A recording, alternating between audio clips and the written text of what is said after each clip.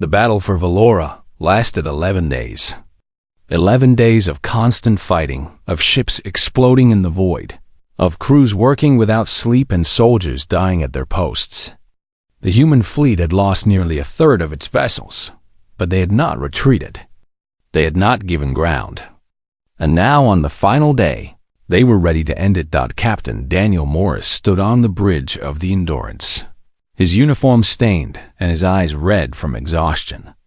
Around him, his crew worked at their stations with the calm efficiency that came from facing death so many times that it had lost its power to frighten them. "Strike team is assembled," Lieutenant Amy Grant reported. 12 ships, all volunteers. They know what they are getting into. Daniel nodded. The plan was simple in theory, but terrifying in practice. They would fly directly into the heart of the swarm, into the dense mass of units where the collective intelligence was strongest. Once there, they would broadcast everything they had. Not weapons fire or tactical data, but memories, emotions, the raw experience of what it meant to be human. It was a gamble. No one knew if it would work. But nothing else had been able to stop the swarm, and they were running out of time. "Admiral Patterson is requesting final confirmation," Amy said. Daniel opened the channel. "Admiral, the strike team is ready. We move on your command." Patterson's voice came back, tired but steady. "Captain Morris, I want you to understand something. What you are about to attempt has never been done before. There is a very good chance that none of you will come back." "I understand, sir. And you still want to go?" Daniel looked around his bridge at the faces of his crew. They were scared. Of course they were scared. But they were also determined, because that was what it meant to be human. You felt the fear, and then you did the thing anyway. "We still want to go, Admiral." There was a pause. Then Patterson spoke again. "Then may whatever gods watch over humanity go with you, Captain. Good luck." The strike team launched at maximum speed, punching through the outer layers of the swarm like a blade through flesh. The Endurance led the way, its weapons blazing, its shields absorbing hit after hit as the collective tried to stop their advance. Behind them, the other 11 ships followed in tight formation, protecting each other as they pushed deeper into the darkness. Units swarmed around them. The collective was reacting, trying to understand what these strange creatures were doing. It sent waves of fear, probing the minds of the human crews, searching for weaknesses. And it found something it did not expect. Daniel felt the presence of the collective pressing against his thoughts. It was looking for fear, and it found plenty. He was terrified. He was certain he was going to die. But underneath the fear was something else, something harder and stronger. He kept pushing forward anyway. The collective recoiled in confusion. This was not supposed to happen. Prey was supposed to freeze when confronted with their deepest fears. They were supposed to surrender, to give up, to become easy targets for consumption. But these creatures kept fighting even when they were afraid. They moved toward death rather than away from it. "We are reaching the central mass," Amy reported. Broadcasting now. The human ships opened their communication arrays and transmitted everything. Not tactical data or military information, but stories. Memories of the exile, of surviving in the dead zone, of building a civilization from nothing. They sent images of children playing on New Terra, of families gathered for meals, of old men telling stories to young people who would carry those stories forward. They sent the memory of Elder Nathan Cross speaking to the Senate, his thin voice full of wisdom earned through a lifetime of survival. They sent the feeling of watching a sunset over Haven, knowing that this world had been created through nothing but human determination. They sent the simple, stubborn refusal to give up that had kept humanity alive. When everything in the universe said they should be dead, the collective tried to process what it was receiving. It absorbed the information just as it absorbed everything else, adding human memories to its vast store of consumed knowledge. But something was wrong. These memories did not fit with anything it had encountered before. Other species had fear. The collective understood fear. It used fear to paralyze its prey, to make consumption easier. But humans had fear and kept fighting anyway. That made no sense. How could a creature feel terror and still move toward the source of that terror? How could a mind know it was going to die and choose death anyway? The collective tried to adapt, but there was nothing to adapt to. This was not a weapon that could be countered, or a strategy that could be analyzed. This was simply the nature of human beings, the fundamental core of what made them different from every other species in the galaxy that we do not stop. Daniel thought, knowing somehow that the collective could hear him. No matter what you throw at us, we do not stop. That is what we are. That is what you cannot process. The swarm began to fragment. Throughout the collective, individual units started behaving erratically. Some froze in place, unable to act. Others turned on each other, confused about which signals to follow. The unified intelligence that had driven the swarm across the galaxy was breaking apart. Overwhelmed by information it could not integrate. "It is working," Amy said, her voice filled with disbelief. "The swarm is falling apart." The strike team pushed forward to the very heart of the collective. Around them, the swarm was collapsing into chaos. Units scattered in random directions, no longer able to coordinate their movements. The great cloud that had threatened to consume the galaxy was dissolving like fog in the morning sun. And then it was over. The swarm did not die in a single dramatic moment. It simply stopped being a threat. Individual units continued to drift through space, but they were mindless now, unable to form the collective intelligence that had made them so dangerous. They would eventually be destroyed or captured, but they would never again threaten civilization. The strike team emerged from the heart of the swarm into clear space. Of the 12 ships that had entered, 9 survived. The Endurance was among them, battered and scarred but still flying. Daniel collapsed into his command chair. He had never been so tired in his entire life. "Captain," Amy said quietly, "the assembly fleet is hailing us. All channels." Daniel nodded. "Put them through." The view screen filled with faces. Valoran, Kalrani, Deshan, and dozens of other species, all looking at the human fleet with expressions that Daniel had never expected to see. Gratitude, respect, something that might even be wonder. High Chancellor Myradex spoke first. "Captain Morris, on behalf of the Galactic Assembly, I offer our deepest thanks. What you and your people did today will never be forgotten." 2 weeks later, the Assembly held a ceremony to honor the human frontier fleet. Representatives from every species gathered on the Assembly Station, the same station that had voted to exile humanity 200 years ago. Now they were voting for something very different. "The motion is to restore humanity to full membership in the Galactic Assembly," the speaker announced. "It also includes formal reparations for the exile and an official apology from all member species." The vote was unanimous. Every species that had once condemned humanity now voted to welcome them back. But Governor Patricia Cole, standing before the Assembly as humanity's representative, did not accept.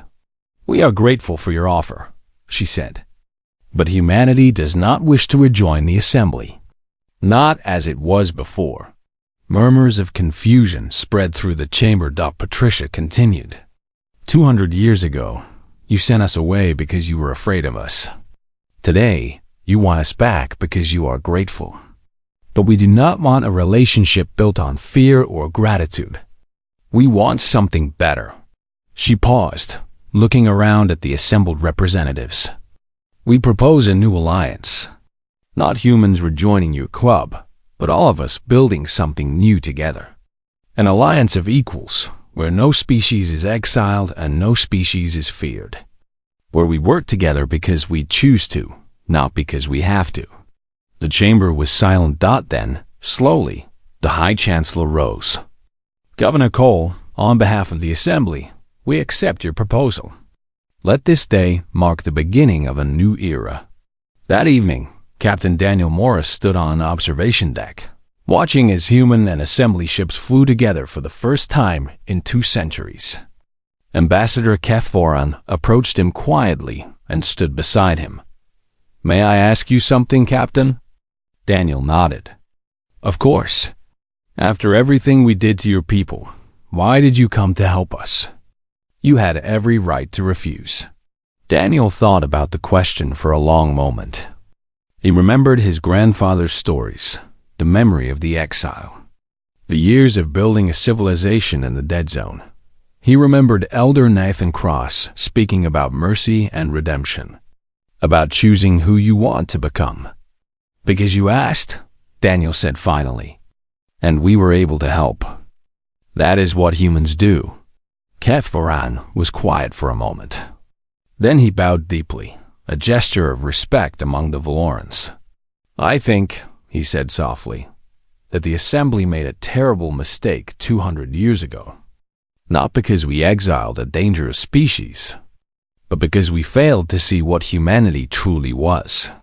Daniel looked out at the stars, at the ships moving together, at the beginning of something new. "What are we, Ambassador?" Kethvoran smiled, an expression that looked strange on his alien face, but carried a warmth that transcended species. The human frontier fleet emerged from the dead zone like a storm rising from the darkness. 300 warships moved in perfect formation, their hulls gleaming with the dull gray metal that had become humanity's signature. They were not beautiful ships. They were not elegant. They were built for one purpose only, to survive conditions that would destroy anything else. Captain Daniel Morris stood on the bridge of the Endurance, watching as the first assembly stations came into view on his screens. They looked fragile compared to human constructions, all curves and bright colors and delicate designs.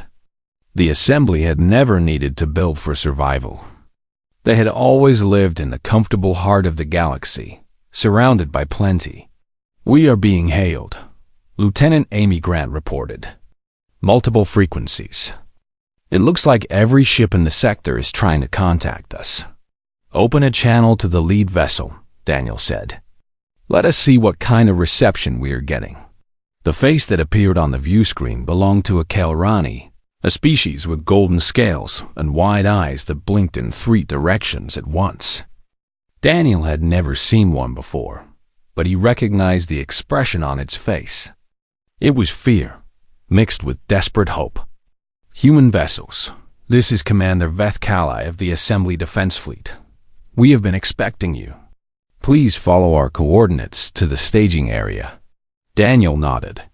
"Understood, Commander. The human frontier fleet is at your disposal." As the channel closed, Daniel exchanged a look with Amy. Neither of them said anything, but they were both thinking the same thing. The Assembly was expecting them. Word had traveled fast. Admiral Patterson's command ship led the fleet toward the staging area, where the remaining Assembly vessels had gathered. Daniel had seen the reports, but nothing had prepared him for the reality. The Assembly fleet was broken. Ships drifted with visible damage, their hulls torn open and their systems barely functional. Medical vessels moved between them, trying to save whoever could still be saved. "How many ships do they have left?" Daniel asked. Amy checked her console. "Approximately 800 combat-capable vessels from 15 different species, down from over 3,000 before the swarm attacked. 3,000 ships reduced to 800. Daniel felt a chill run down his spine. Whatever they were facing, it was worse than anything the galaxy had ever seen. Admiral Patterson's voice came over the fleet channel. "All captains, we will be meeting with High Chancellor Myravex in 1 hour. Until then, maintain position and begin coordinating with our Assembly counterparts. We have a lot of work to do." The meeting took place aboard the Assembly flagship, a massive vessel called the Unity. Daniel was part of the group that accompanied Admiral Patterson to the conference, along with senior captains from across the human fleet. They walked through corridors that felt strange and foreign, passing aliens who watched them with expressions ranging from curiosity to fear to something that might have been hope. High. Chancellor Myra Dex was waiting for them in the main conference chamber. She was a Deshan, tall and slender, with skin the color of deep space and eyes that glowed faintly with bioluminescence. She had been the Assembly's leader for 30 years, and the weight of recent events showed clearly on her face. "Admiral Patterson," she said, bowing slightly. "On behalf of the Galactic Assembly, I thank you for answering our call. We know that you had every reason to refuse." Patterson's face remained neutral. "We are here to fight the swarm, Chancellor. Nothing more and nothing less. Save your thanks until the war is over." Myradex nodded slowly. "Of course. Please, let me show you what we are facing." She activated a holographic display that filled the center of the room. It showed the Valoran homeworld, a beautiful blue-green planet that looked almost like New Terra. 3 of its moons were already gone, consumed by the swarm. The 4th moon was under attack even now, its surface crawling with dark shapes that devoured everything they touched. "The swarm will reach the planet itself within 72 hours, Myradex explained. "Once they begin consuming Valora, we will have no chance of stopping them. 14 billion lives will be lost, and the swarm will grow even stronger." Admiral Patterson studied the display carefully. "What have you learned about their weaknesses?" "Very little. They do not communicate in any way we can detect. They do not respond to weapons of any kind for long. Energy weapons damage them temporarily, but they regenerate within minutes. Physical weapons have more effect, but the swarm adapts quickly to any new threat." Patterson frowned. "How do they coordinate their attacks?" "Something this large must have a central command structure. We believe the swarm operates as a collective intelligence. Each individual unit shares information with all the others. When one unit learns something, they all learn it. When one unit is destroyed, the others immediately know what caused the destruction and adapt to prevent it from happening again." Daniel stepped forward. "Chancellor, may I ask a question?" Myradex turned to look at him. "Of course, Captain. You said the swarm shares information. Does that include information about their prey? Do they learn from the species they consume?" The Chancellor hesitated.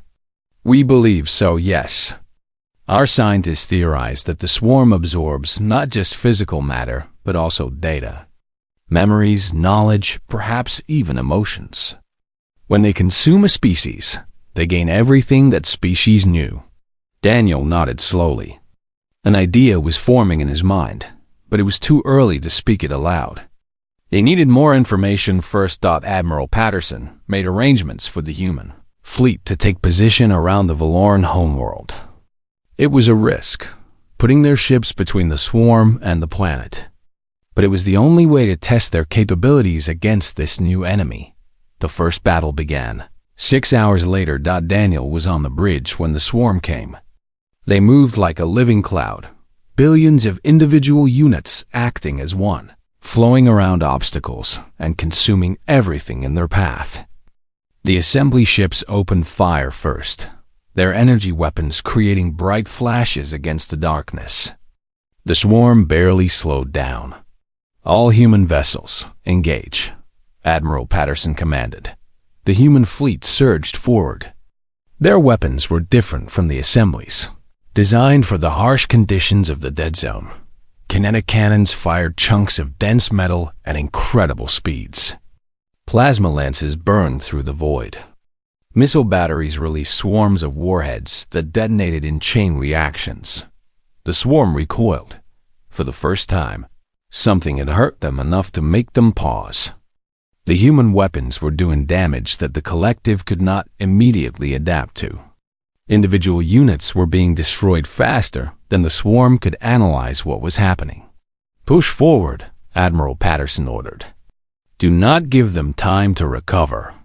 Daniel brought the Endurance into the heart of the battle. All around him, human ships were engaging the swarm at close range, trading fire with an enemy that had never been challenged like this before. The assembly vessels hung back, watching in amazement as humans did what they had never been able to do. But the swarm was learning. Within an hour, they had begun to adapt. The human weapons were still effective, but less so than before. The swarm was finding ways to absorb the damage, to regenerate faster, to spread out and minimize the impact of each attack. They are adapting, Amy reported. Their response time is getting faster.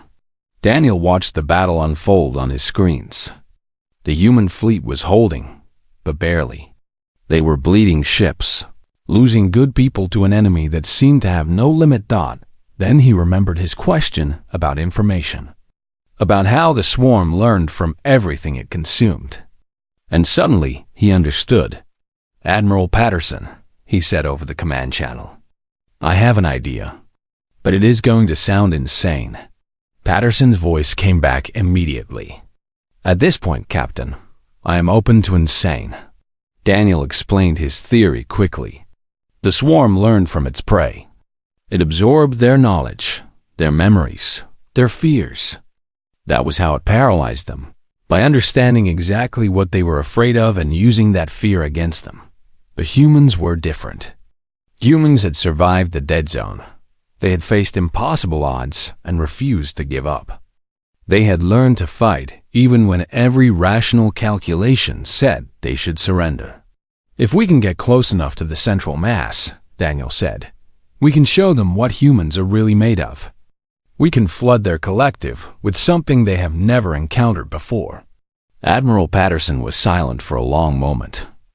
Then he spoke. What exactly are you proposing, Captain? Daniel took a deep breath. I am proposing that we attack the heart of the swarm directly. Not to destroy it, but to confuse it. To show it something it cannot process. And what would that be? Daniel smiled grimly.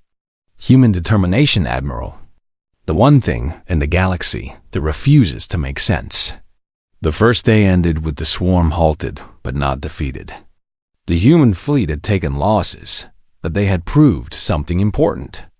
They had shown that the enemy was not invincible. Now they just had to prove that humanity was unstoppable. The human Senate chamber was filled to capacity. Every seat was taken.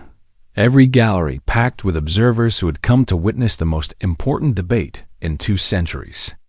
The air was thick with tension, and the voices of the senators echoed off the high walls as they argued over the fate of humanity and the species that had once tried to destroy them. Senator Paul Turner stood at the central podium, his face red with anger. He was a large man with a deep voice that carried easily across the chamber. And he had spent the past hour reminding everyone of exactly what the assembly had done to humanity. They called us a disease, he said, pointing toward the empty space where the holographic records floated in the air. They stood before their precious assembly and said that humans were a threat to galactic civilization. They voted to exile us, every single one of them. Not one species spoke in our defense. Not one voice was raised to question whether we deserved such a fate. He paused, letting his words sink in. The chamber was silent. And now they come to us begging for help. Now, after 200 years of silence, they suddenly remember that humans exist. Not because they regret what they did. Not because they want to make peace. But because they are scared and they need someone to fight their battles for them. Turner slammed his hand on the podium. I say let them fight their own battles. Let them face this swarm alone. We owe them nothing. Less than nothing. They tried to kill us, and now they want us to die for them? The answer should be no. The answer must be no. The isolationist faction erupted in applause. They made up nearly half of the Senate, and their support for Turner's position was loud and clear. They had not forgotten the exile. They had not forgiven it. And they had no intention of sacrificing human lives to save species that had shown humanity no mercy. But as the applause faded, Senator Maria Reyes rose from her seat. She was a smaller woman than Turner, with gray hair and a calm voice that somehow managed to cut through the noise. She walked to the podium slowly, taking her time, letting the chamber settle into silence. "Senator Turner speaks the truth," she began. "The Assembly did terrible things to us. They exiled our ancestors to die in the dead zone. They ignored our existence for 200 years. They deserve nothing from us." She paused, looking around the chamber. "But I did not come here to talk about what they deserve. I came here to talk about who we are." Maria pressed a control, and new holographic images appeared. They showed the dead zone as it had been 2 centuries ago, empty and hostile and deadly. Then they shifted to show the dead zone as it was now, filled with human colonies, human stations, human ships moving freely through space that had once seemed impossible to tame. "Look at what we built," Maria said. "Look at what we became. The Assembly sent us to die, and instead we created a civilization that would make them tremble. We turned their punishment into our triumph. We proved them wrong in every possible way." She turned to face Turner directly. "If we refuse to help the Assembly now, what message does that send? It says that they were right about us. It says that humans are exactly as selfish and cruel as they claimed. It says that we learn nothing from our exile except how to hate." The interventionist faction began to murmur their support. They made up the other half of the Senate, and they believed that humanity had a duty to prove itself through action, not just words. Turner shook his head. "You would have us throw away human lives to make a point? You would sacrifice our children just to prove something to species that will never respect us anyway."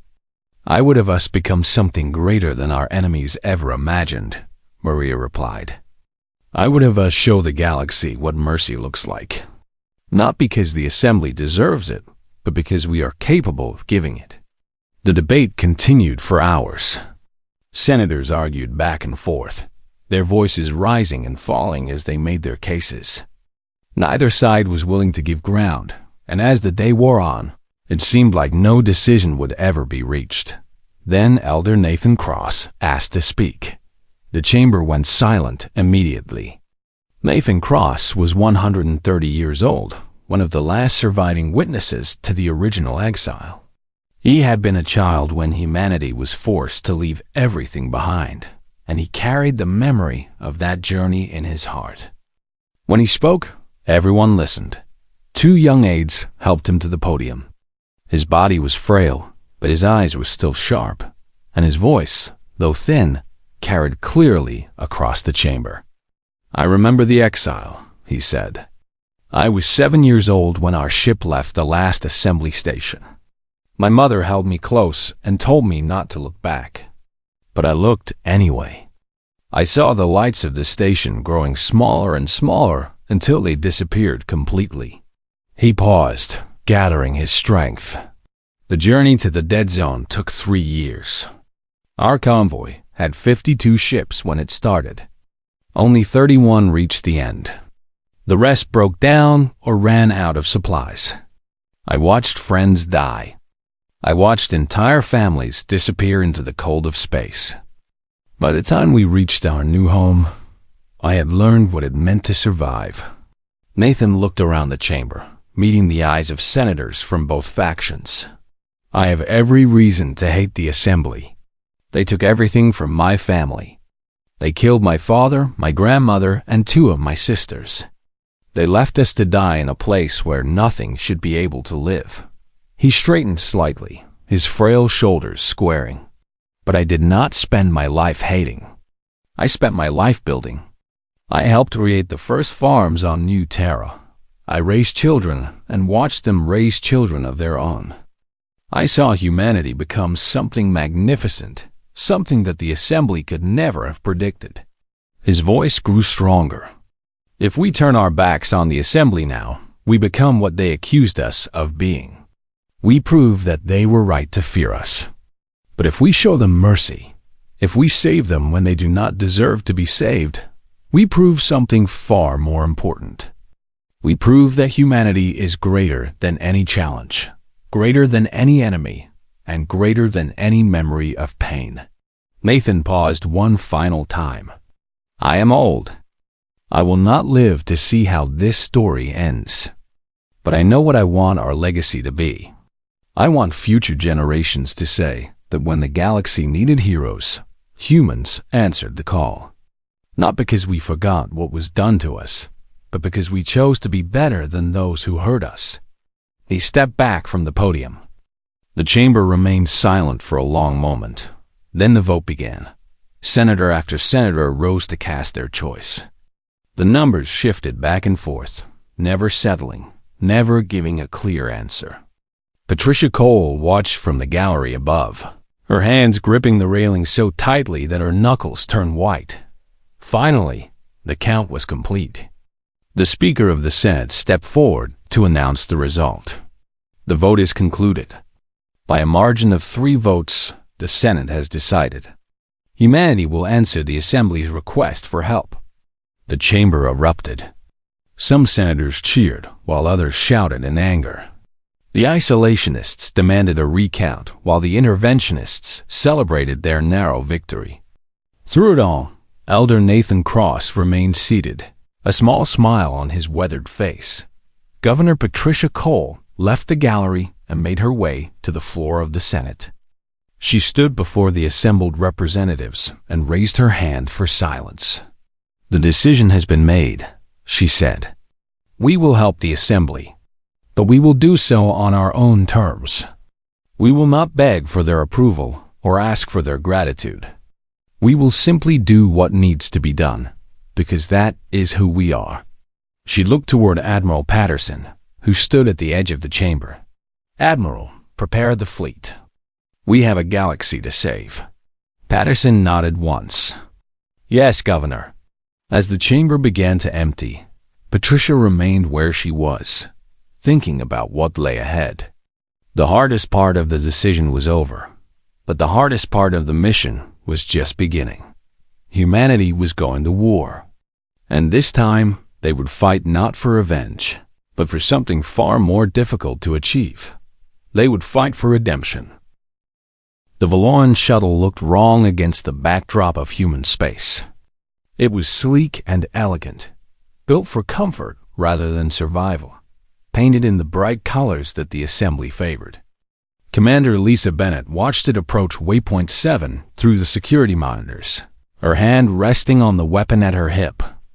She had never seen an alien ship before.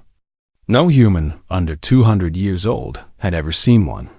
They are requesting permission to dock, her communications officer reported.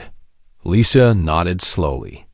Grant permission, but keep all security teams on alert. I want armed guards at every access point. The shuttle docked without incident. Lisa waited at the airlock with 12 of her best soldiers, watching as the doors slowly opened.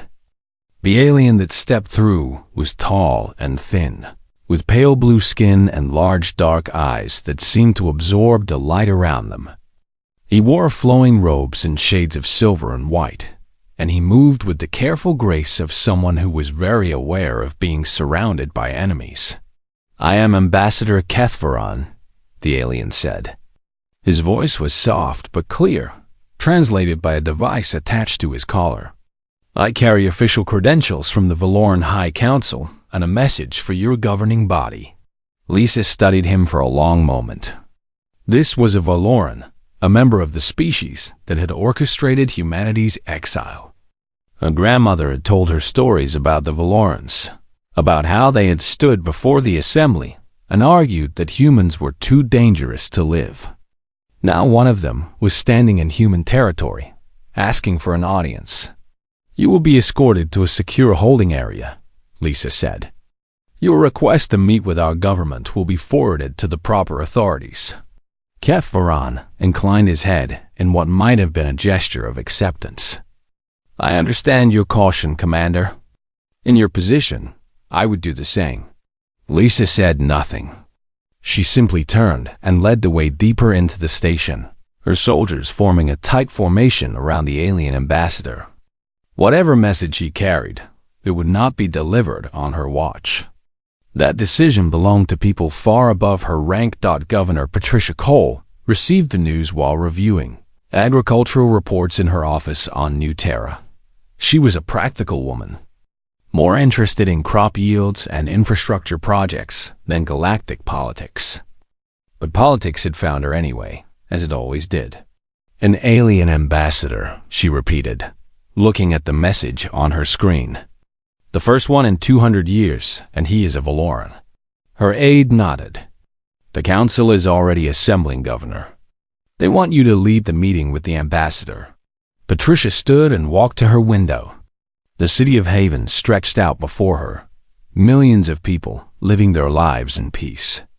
They have built something remarkable here, something beautiful. Now, a representative of the species that had tried to destroy them was waiting to speak. Have the ambassador brought to New Terra, she said. I will meet with him in the council chamber. And notify Admiral Patterson. Whatever this is about, he needs to be present. Keth Voran arrived on New Terra 2 days later. He was brought to the council chamber in a sealed transport, surrounded by security at all times. When he finally stood before the assembled human leadership, he looked smaller than Patricia had expected. He looked almost fragile. Thank you for agreeing to see me, the ambassador began. I know that my presence here is unexpected and perhaps unwelcome. I would not have come if the situation were not desperate. Patricia leaned forward in her chair. Then explain the situation, Ambassador. What could possibly make the Valorans ask humans for help? Keth Voran took a deep breath. Approximately 18 months ago, our long-range sensors detected an anomaly in the galactic core. At first, we believed it was a natural phenomenon, perhaps a cluster of dying stars. We were wrong. He pressed a control on his wrist, and a holographic image appeared in the center of the chamber. It showed a swarm of dark shapes moving through space, countless thousands of them, each one pulsing with a strange inner light. We call them the Devourer Swarm, Keth Voran continued. They consume everything in their path. Organic matter, metals, energy, even information. They strip worlds bare and leave nothing behind. Our combined fleets have engaged them 7 times. We have lost every battle. The chamber was silent. Patricia studied the holographic image, watching the swarm move like a living thing, a single organism made of countless individual parts. How many systems have fallen? Admiral Patterson asked. 14 so far. 8 of them were home to member species of the Assembly. Over 200 billion sentient beings have died. Keth Voran's voice trembled slightly. The swarm is moving toward the heart of Assembly space. Within 2 years, it will reach the Valoran homeworld. Within 5 years, it will have consumed everything. Patricia exchanged a look with Admiral Patterson. This was worse than she had imagined. The Assembly was facing extinction, not from a rival power or an enemy they could negotiate with, but from a force of nature that simply consumed everything in its path. Why come to us? She asked. You exiled humanity 2 centuries ago. You sent us to the dead zone to die. Why would you think we would help you now? Keth Voran lowered his head. Because we have nowhere else to turn. Every species in the Assembly has contributed ships and soldiers to the fight. None of it has been enough. We have watched your civilization from afar, Governor. We know what you have built in the dead zone. We know that you survived conditions that would have killed any other species. He looked up, meeting Patricia's eyes directly. You are the only ones who might be strong enough to fight the swarm.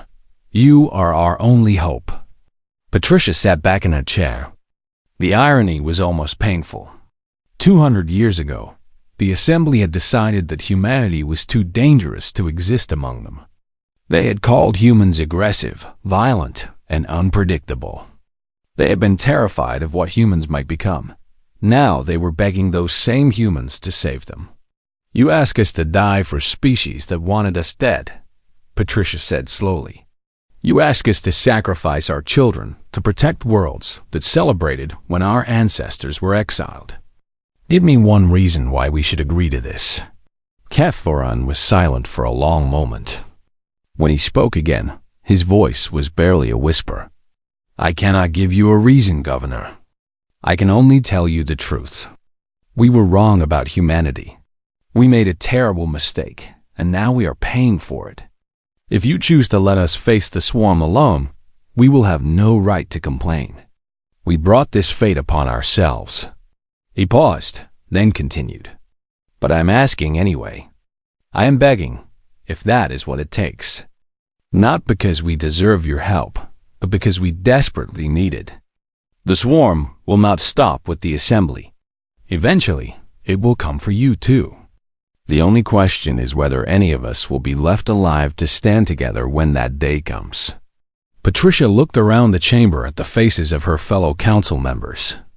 She saw anger on some faces, sympathy on others, and cold calculation on more than a few. This decision would not be easy. It might be the hardest choice humanity had ever faced, but it was a choice they had to make. "The council will deliberate," she said finally.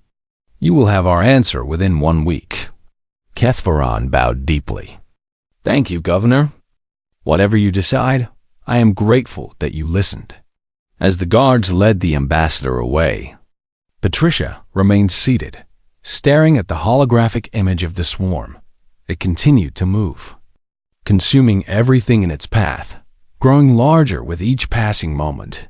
Somewhere in the back of her mind, she already knew what the answer would have to be. She just did not know if humanity was ready to accept it. The stars looked different from the dead zone. Captain Daniel Morris had spent his entire life learning their patterns, memorizing the way they clustered together in this forgotten corner of the galaxy. His grandfather had told him stories about different stars.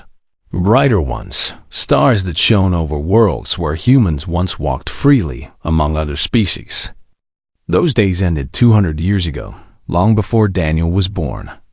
Long before anyone he knew was born. Daniel stood on the bridge of the Endurance, watching the view screen as his ship moved through an asteroid field. The rocks tumbled slowly around them, chunks of iron and ice that would tear apart any vessel from the Galactic Assembly. But the Endurance was not an assembly ship. It was human, built to survive in places where survival should be impossible. Lieutenant Amy Grant looked up from her console. She was young, barely 25, but she had sharp eyes and a sharper mind.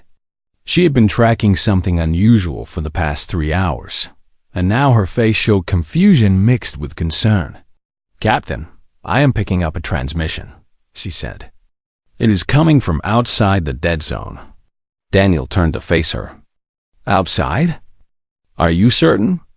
"Yes, sir. The signal is weak, but it is definitely originating from assembly space. It appears to be a distress call."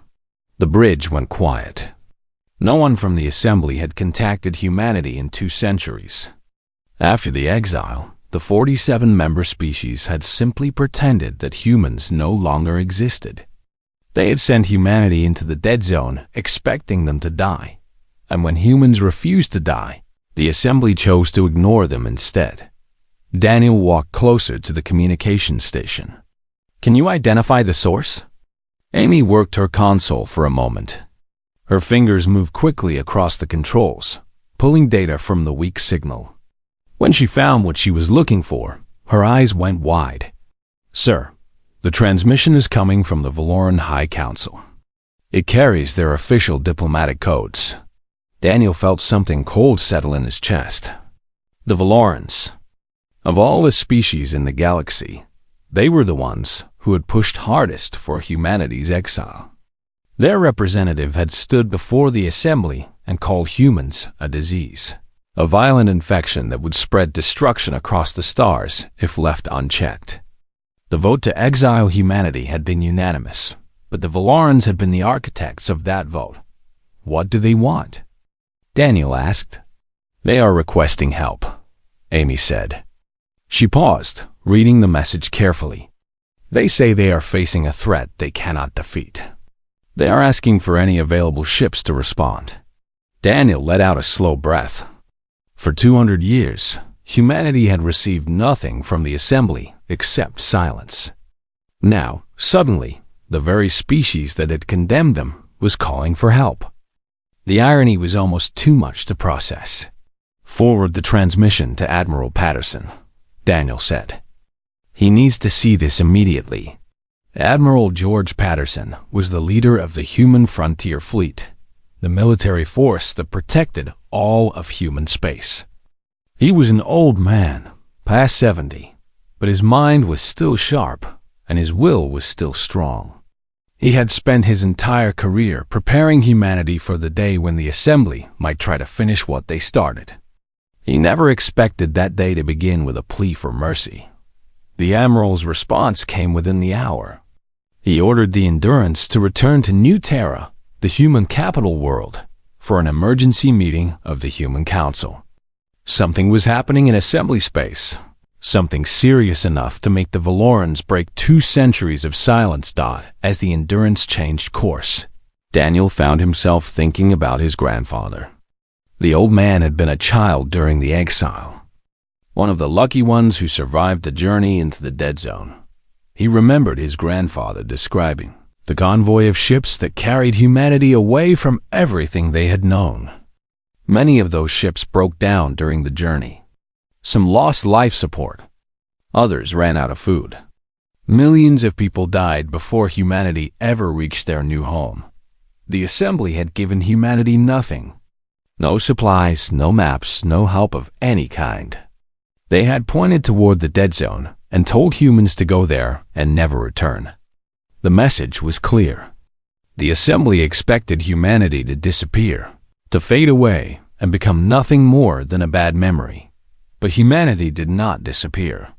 They found worlds that other species considered impossible to settle, and they settled them anyway. They built stations in asteroid fields, colonies on moons with toxic atmospheres, and cities inside hollow comets. They developed technology that the assembly had never imagined, technology born from necessity, from the constant struggle to survive in an environment designed to kill them. The human frontier fleet was the result of 200 years of that struggle. Every ship was built to withstand conditions that would destroy assembly vessels. Every soldier was trained to fight in environments that would kill assembly soldiers. Humanity had become something new in their exile, something stronger and harder than they had been before. Daniel wondered if the assembly understood that.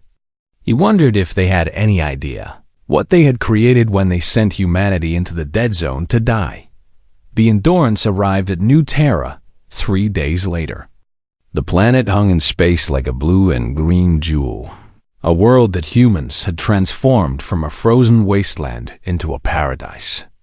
It had taken decades of work, generations of sacrifice, but they had done it. They had built a home where none should exist. The council chamber was located in the capital city of Haven. Daniel took a transport down to the surface and made his way through streets filled with people going about their daily lives. Children played in parks. Workers hurried to their jobs. Life continued as it always did, even though everything might be about to change. Admiral Patterson was waiting for him in the council chamber. The old man stood by a window, looking out at the city below. His face was unreadable. "You have seen the transmission?" Patterson asked. "I have, sir. What do you think?" Daniel considered the question carefully. "I think it is genuine. The Valorans would never contact us unless they were truly desperate. They hate us too much to ask for help otherwise." Patterson nodded slowly. "I agree.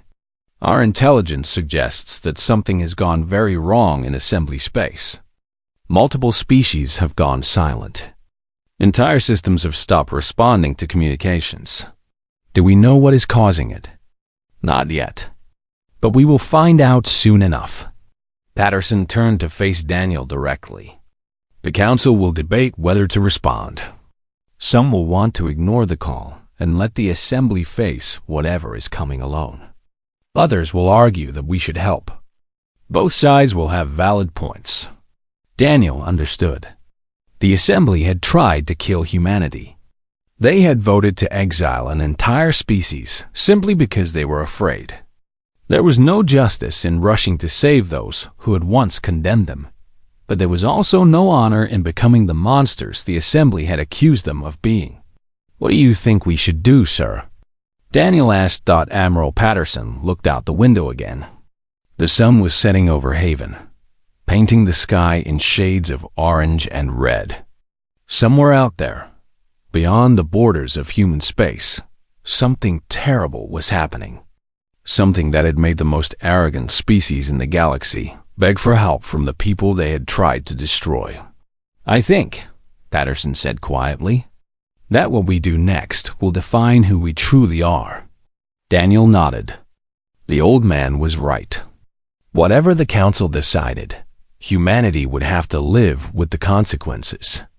They would have to look at themselves in the mirror and accept what they had become. The question was simple.